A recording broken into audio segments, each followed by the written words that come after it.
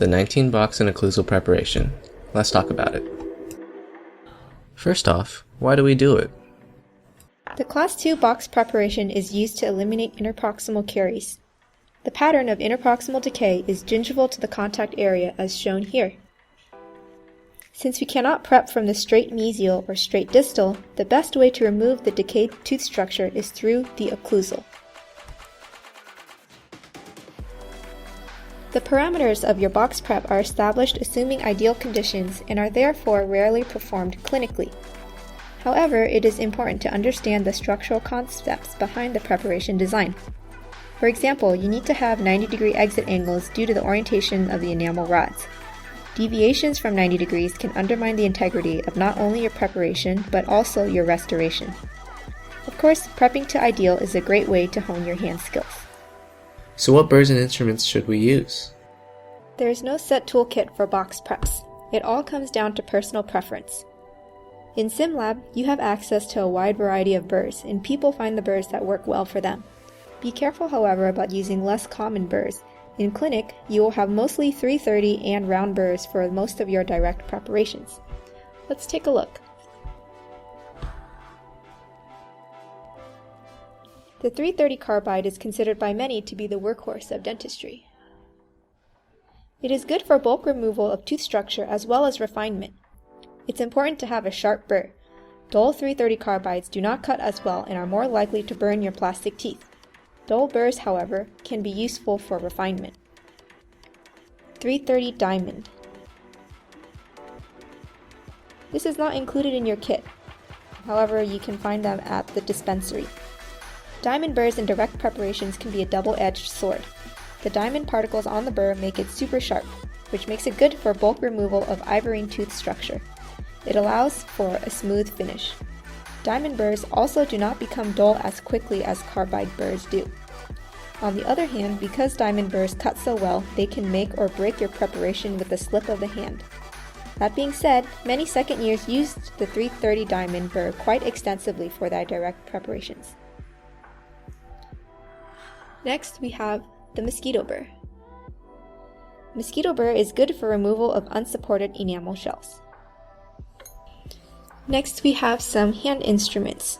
Here we have the hatchet and gingival margin trimmers. So how do I make a box? Before I start prepping, I visualize the outline form of my box prep, exit angles and all. Where is the contact area? Where do I want my buccal and lingual clearances? Based on the anatomy of the tooth I'm working on, how should I expect to drill before obtaining gingival clearance? Once I have a good idea of my end result, then I begin to prep. I like to start at the marginal ridge, centered at the contact area. I will then slowly extend my axial and proximal walls all at the same time, making sure to create and maintain a good outline form. Using treetop or mosquito burrs to refine the interior box angles help. So what should we do if we accidentally hit the adjacent tooth? The best way to avoid nicking the adjacent tooth is to use an interguard. You can also prep your box and leave the interproximal shell intact, slowly reducing it until you are left with only an enamel shell. Slowly, with the touch of your burr or hatchet, you can flick the interproximal wall right off and not even have to worry about touching the adjacent tooth.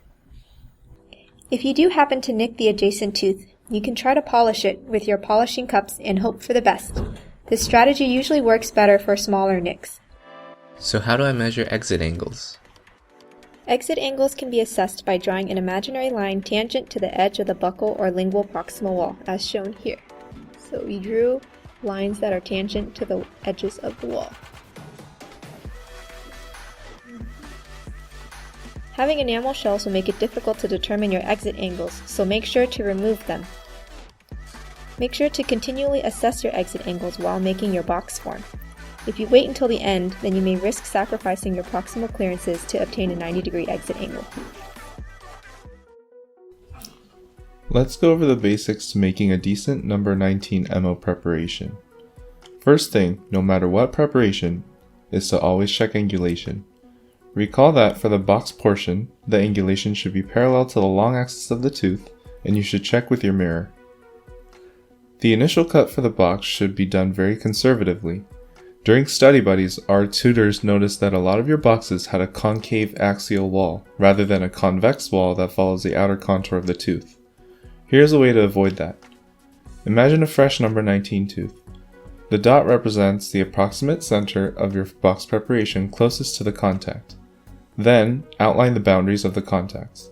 You want to stay as conservative as possible, so you should stay between 1 to 1.2 millimeters when preparing initially.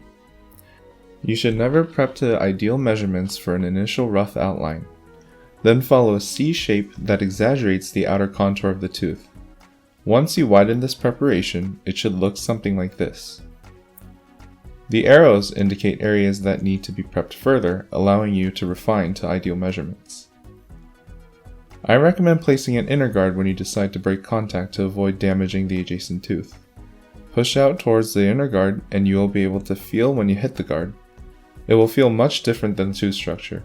If you drill through it, don't panic. Just grab a new guard and place it in. Better to damage those than the adjacent tooth. You will always have enamel spurs left. It is inevitable due to the shape of your burr. At this point, once your contact is broken, always dry your tooth and check with the mirror for imperfections, angulation errors, and clearance. This is why it is important to be conservative for your initial cut. You always have room to adjust. Now for the enamel spurs. I recommend using a hatchet or gingival margin trimmer. Make sure you adapt the blade of the hatchet to the wall. If the blade is not well adapted, you can actually chip portions of the tooth by accident, as I have done here on the occlusal portion of the buccal wall. Here is an illustrated occlusal view of hatcheting. Note that a downward motion will cut more than an upward motion. For walls that have difficult access, you can use a gingival margin trimmer to better adapt the blade. Here's an illustrated occlusal view of using a gingival margin trimmer. If you feel confident, I highly recommend you try the mosquito burr. Go at a very slow speed around 2000 RPM and turn off your water since the tooth won't burn at that speed. Make slow, steady motions across your wall to remove any imperfections and bring your exit angles to 90 degrees and make your clearance to 0.25 to 0.5 millimeters. Be careful with this burr, it has so much potential for both good and bad. It is also possible to have an enamel spur at the floor of your box. This is due to pushing the burr down apically without pushing it out mesially. This can be eliminated and smoothed out with a gingival margin trimmer going along the floor like this. Here is a lingual buccal view of the spur. Be sure to place the pointed end past the edge of your box and swipe buccal lingually to remove the spur. Flip your instrument and go in the opposite direction to eliminate as close to your walls as possible. When you check for clearance, you want to enter with your explorer at the angle that follows the contour of the adjacent tooth. This allows for the smoothest entry and allows for an accurate check. For the gingival clearance, you can go from the occlusal, buccal, or lingual.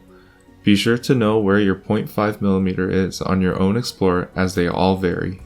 A good rule of thumb is that if you see light shining through your contact at every point, you are at least in the under category.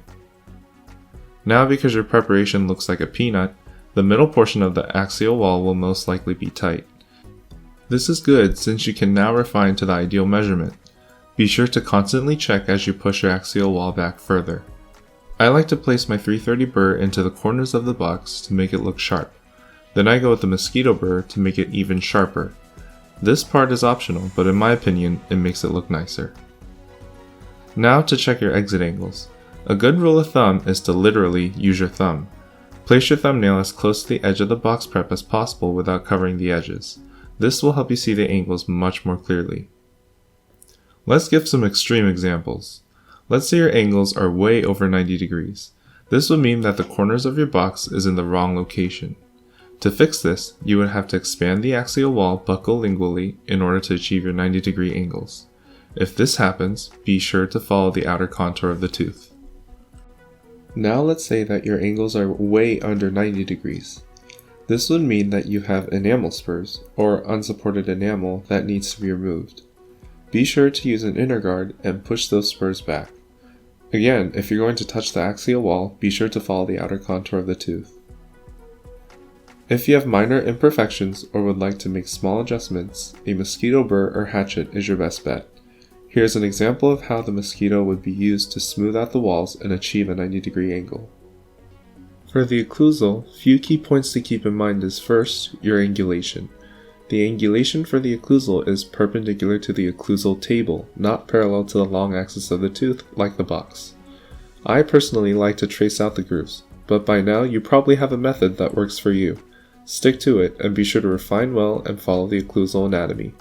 Following the anatomy accurately will ensure that you have an even depth throughout the occlusal preparation. Once you have a rough outline of your occlusal, you will need to put in your S-curve. It is a lot less complicated than it sounds. The curve is made by smoothing out the corner that is made when you connect your box to the occlusal portion of the prep. This is one of the last things you should remember to put in during your refining step. Simply smooth out that corner. Composite doesn't like to be against sharp things. When you check your depth in the mouth, ensure that the angulation is correct for multiple angles. The faculty should have specified where they are measuring from, but if they haven't, it should be the shallowest point of the cavus surface of your preparation. Overall, this preparation in this video may not be perfect, but I hope it gave you a general idea of how to approach this preparation and avoid many mistakes that were commonly seen during study buddies. Good luck on your exams and stay tuned for the next video on how to fill this thing.